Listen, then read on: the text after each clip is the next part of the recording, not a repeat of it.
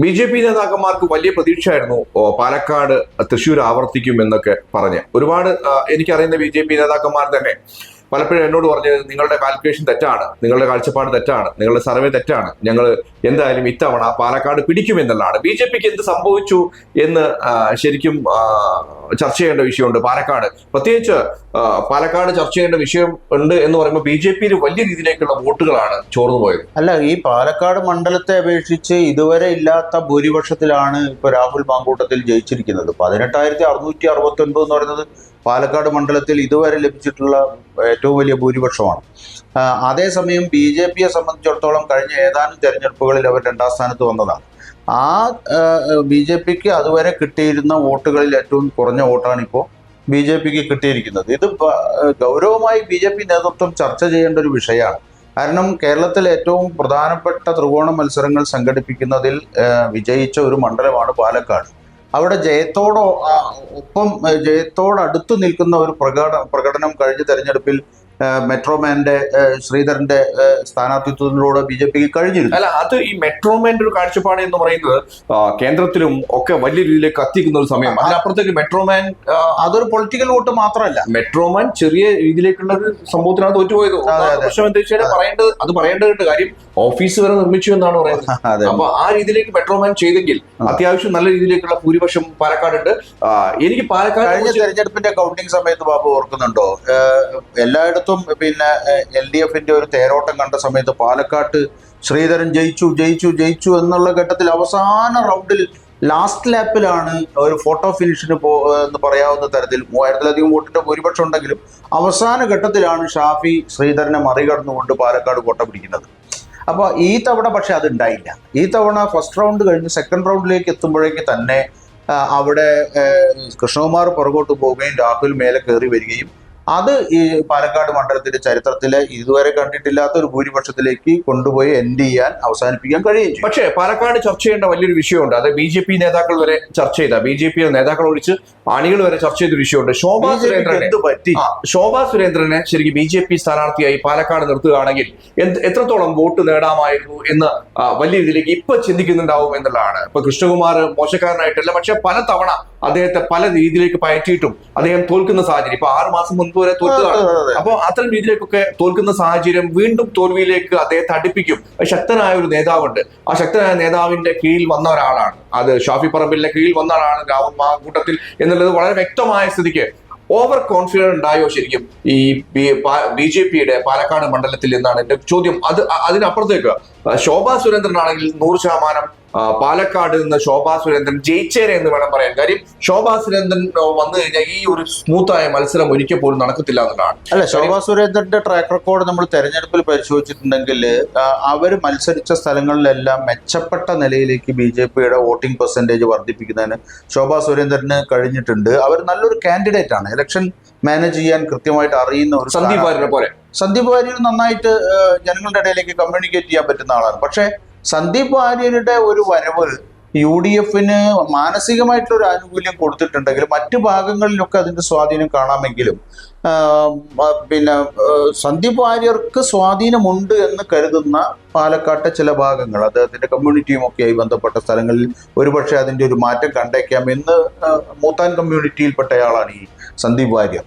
അപ്പം അവിടെയൊന്നും പക്ഷെ BJPക്ക് വലിയ കോട്ടം പറ്റിയിട്ടില്ല. പക്ഷേ മൂത്താൻ ഭാഗം എന്ന് പറയുമ്പോൾ ടൗണിനോട് മുനിസിപ്പാലിറ്റിയോട് അപേക്ഷിച്ച് മൂത്താന്മാരൊക്കെ ഒരുപാട് ആൾക്കാരുണ്ട്. മുനിസിപ്പാലിറ്റിയിൽ 100% BJPക്ക് വോട്ട് കുറഞ്ഞിട്ടുണ്ട്. മുനിസിപ്പാലിറ്റിയുടെ ചരിത്രത്തിൽ ഈ അടുത്ത കാലത്ത് BJPയുടെ ഒരു നെടുക്കോട്ടയായിട്ട് അറിയപ്പെടുന്ന സ്ഥലമാണല്ലോ പാലക്കാട് മുനിസിപ്പാലിറ്റി. അവിടെ പോലും കോൺഗ്രസിന് രാഹുൽ മാങ്കൂട്ടത്തിന് ആധിപത്യം സ്ഥാപിക്കാൻ കഴിഞ്ഞു എന്നുള്ളത് നിസ്സാരമായിട്ടുള്ള കാര്യമല്ല. അവിടെ പോയതോടുകൂടി BJPക്ക് യഥാർത്ഥത്തിൽ ആ കോൺസ്റ്റിറ്റ്യുവൻസി കൈവിട്ടുപോയി.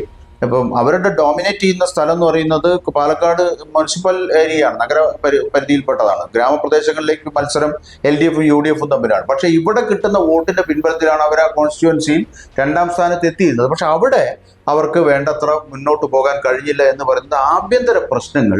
ശോഭാ സുരേന്ദ്രന്റെ കാര്യം നമ്മൾ പറഞ്ഞു വെച്ചു. ശോഭാ സുരേന്ദ്രനാണ് അവിടെ സ്ഥാനാർത്ഥി എന്ന മട്ടിൽ അവിടെ പോസ്റ്ററുകളും ഫ്ലക്സ് ബോർഡുകളും ഒക്കെ ഉയർന്നതായിരുന്നു. പക്ഷെ പിന്നീട് അത് പൊളിച്ചു കളയുകയും കത്തിച്ചു കളയുകയും ഒക്കെ ചെയ്തു. ഞാൻ മനസ്സിലാക്കിയത്, എനിക്ക് കിട്ടിയ ഒരു വിവരം, കൃത്യമായും ശോഭാ സുരേന്ദ്രനെ അനുകൂലിക്കുന്ന വിഭാഗം ഏതാണ്ട് 3000-ലധികം വോട്ടുകൾ ഈ നഗരസഭയ്ക്കകത്ത് തന്നെ അല്ലെങ്കിൽ ആ BJP സ്വാധീനമുള്ള പ്രദേശങ്ങളിൽ നിന്ന് മാറി വോട്ട് ചെയ്യാൻ പറ്റുന്ന തരത്തിലേക്ക് പോലുമുള്ള ഒരു വൈരാഗ്യം ശോഭാ സുരേന്ദ്രനെ അനുകൂലിക്കുന്നവരിൽ ഉണ്ടായിട്ടുണ്ട് എന്നാണ്. സന്ദീപ് വാര്യർ ഉണ്ടാക്കിയ ഇമ്പാക്റ്റിനേക്കാൾ കൂടുതൽ അവിടെ ഇമ്പാക്റ്റ് ഉണ്ടാക്കിയത് ശോഭാ സുരേന്ദ്രനെ അനുകൂലിക്കുന്ന ആളുകളുമാണ് എന്നാണ് അതിന്റെ അകത്ത് നിന്ന് താങ്കൾ പറയുന്നത്. ശോഭാ സുരേന്ദ്രനെ സ്ഥാനാർത്ഥിയാക്കാത്തതിൽ പ്രതിഷേധിച്ചു BJP-ക്കാർ തന്നെ കോൺഗ്രസിന് വോട്ട് ചെയ്യേണ്ട ഒരു സാഹചര്യം ഉണ്ടായി എന്നാണ് പറയുന്നത്. തീർച്ചയായിട്ടും അങ്ങനെയാണ് നമ്മൾ വൈരാഗ്യം തീർത്തുന്നത് താങ്കൾ പറഞ്ഞു. അത് വൈരാഗ്യം തന്നെയാണോ? തീർച്ചയായിട്ടും ശോഭാ സുരേന്ദ്രൻ അവിടെ സ്ഥാനാർത്ഥിയാകണം എന്ന് ആഗ്രഹിച്ച നിരവധി പേരുണ്ട്. ശോഭാ സുരേന്ദ്രൻ ആകാതിരിക്കാനും സുരേന്ദ്രൻ നിശ്ചയിച്ചയാളാണ് അവിടെ വരേണ്ടത് എന്നുള്ള തരത്തിൽ ഓരോരുത്തരുടെ തീരുമാനങ്ങളുണ്ടല്ലോ. ഇപ്പൊ ശോഭാ സുരേന്ദ്രൻ കുറെ കാലമായി സംസ്ഥാന പ്രസിഡന്റ് സുരേന്ദ്രന്റെ ചവിട്ടിട്ട് ഇങ്ങനെ എന്നുള്ള പേര് വന്നു.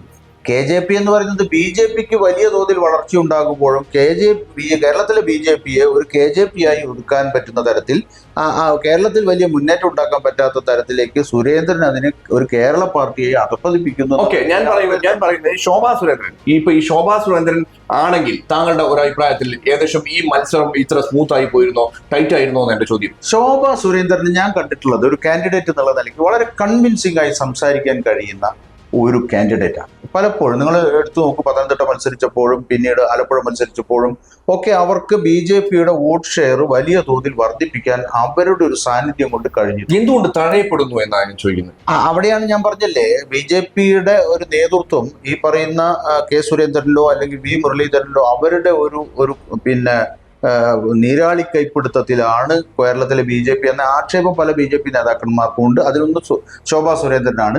അവരിപ്പോഴും പാർട്ടിക്ക് അകത്ത് നിൽക്കുന്നുണ്ട്. അവർ ഈ തെരഞ്ഞെടുപ്പ് രംഗത്തൊക്കെ ഇറങ്ങിയെന്ന് വരുത്തിയെങ്കിലും സന്ദീപ് വാര്യർക്ക് അത് പിടിച്ചു നിൽക്കാൻ പറ്റാത്ത ഒരു ഘട്ടം വന്നു. അവസാനം തെരഞ്ഞെടുപ്പിന്റെ 2-3 ദിവസം മുമ്പാണല്ലോ സന്ദീപ് വാര്യർ എക്സിറ്റ് അടിക്കുന്നത്. അയാൾ നേരെ പോയി കോൺഗ്രസിൽ ചേരുകയും കോൺഗ്രസിന്റെ പ്രചാരണ ക്യാമ്പിൽ കൊട്ടിക്കലാശത്തോടു കൂടി വലിയ ഓളം ഉണ്ടാക്കാനൊക്കെ സന്ദീപ് വാര്യരുടെ വരവ് കൊണ്ട് കഴിഞ്ഞിട്ടുണ്ട്. അത് എത്രമാത്രം വോട്ടായി എന്നുള്ളത് പരിശോധിക്കേണ്ടതാണ്. കുറെ കൂടി സൂക്ഷ്മമായിട്ട് പരിശോധിച്ചാലേ അത് പറയാൻ കഴിയും. പക്ഷേ BJP-യുടെ ആത്മവിശ്വാസത്തിന് വലിയ കോട്ടമുണ്ടാക്കാൻ സന്ദീപ് വാര്യരുടെ എക്സിറ്റോട് കൂടി കഴിഞ്ഞു. അതേസമയം ശോഭാ സുരേന്ദ്രൻ പുറത്തു പോയില്ലെങ്കിലും ശോഭാ സുരേന്ദ്രന്റെ നീറുന്ന ഒരു പ്രതിഷേധമുണ്ട് ശോഭാ സുരേന്ദ്രനെ അനുകൂലിക്കുന്നവർക്കും. അത് പാലക്കാട്ട് BJP-ക്ക് വലിയ ദോഷം ഉണ്ടാക്കിയിട്ടുണ്ട് എന്ന് തന്നെ വേണം. അതുപോലെ തന്നെ ശോഭാ സുരേന്ദ്രൻ സ്ഥാനാർത്ഥിയാവുകയാണെങ്കിൽ ഇന്ന് സന്ദീപ് വാര്യർ ഒരു കാരണവശാലും കോൺഗ്രസ് ഇല്ലായിരുന്നു എന്നുള്ളത് വേണം പറയാൻ. കോൺഗ്രസിലേക്ക് പോകുമായിരുന്നില്ല എന്ന് വേണമെങ്കിൽ പറയാം. കാര്യം ശോഭാ സുരേന്ദ്രനും സന്ദീപ് വാര്യർക്ക് ഒരേ ദിശയിൽ സഞ്ചരിക്കുന്ന ഏതാണ്ട് ഒരേ ദിശയിൽ എന്ന് പറയുമ്പോൾ ഒരേ ദിശയിൽ സഞ്ചരിക്കുക എന്നുള്ളതല്ല, ഒരു പാർട്ടിക്ക് വേണ്ടി ഏതാണ്ട് രണ്ടുപേരും സുരേന്ദ്രനെതിരാണ്. അതെ, 100%. അത്തരം രീതിയിലേക്ക്, അതായത് പഴയ കാലത്ത് എല്ലാവരും പറയുന്ന ഒരു വിഷയമുണ്ട്, ഹിന്ദു സമുദായത്തെ ഒരുമിക്കാൻ കഴിയില്ല എന്നുള്ളതാണ് അല്ലെ. അതേ രീതിയിൽ തന്നെ വലിയൊരു ഗ്രൂപ്പ് പല ഗ്രൂപ്പുകളായി തിരിഞ്ഞ്, അതുപോലെ തന്നെ ഈ BJP അതേ രീതിയിലേക്ക് പല ഗ്രൂപ്പുകളായി തിരിഞ്ഞിട്ടുണ്ട് 100%. കാര്യം BJP എന്നുള്ള പ്രസ്ഥാനത്തെ BJP തന്നെ നശിപ്പിച്ചുകൊണ്ടിരിക്കുന്ന ഒരു അവസ്ഥ അല്ലെ, അതായത് നേതൃത്വം തന്നെ നശിപ്പിച്ചുകൊണ്ടിരിക്കുന്ന അവസ്ഥ. കാര്യം പിന്നെ കേരളത്തിൽ സാധാരണഗതിയിൽ കോൺഗ്രസിനെ കുറിച്ചാണ് ഗ്രൂപ്പ് ഇൻഫൈറ്റിങ്ങിനെ കുറിച്ച് പറയാനുള്ളത്, ഗ്രൂപ്പുകൾ പരസ്പരം. പക്ഷെ ഏറ്റവും കൂടുതൽ ഇന്ന് ഗ്രൂപ്പിന്റെ വൈരം അനുഭവിക്കുന്നത് BJP-യിലാണ് എന്ന് സൂക്ഷ്മമായിട്ട് പഠിച്ചാൽ മനസ്സിലാക്കാൻ കഴിയും. കോൺഗ്രസിന്റെ അകത്തുള്ളത് ഈ ചവിട്ടിക്കൂട്ടുന്ന ഗ്രൂപ്പ് മാത്രമാണ്.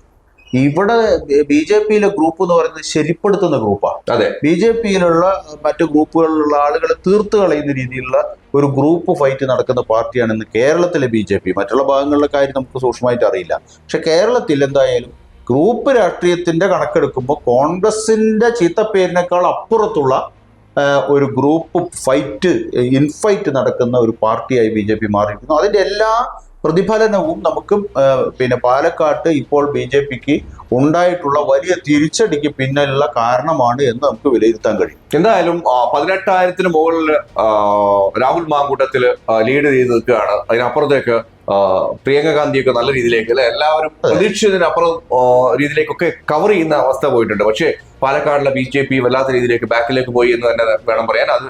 അതിനെക്കുറിച്ചുള്ള ഒരു ചെറിയ ചർച്ചയാണ് നടത്തിയത്. നന്ദി, നമസ്കാരം.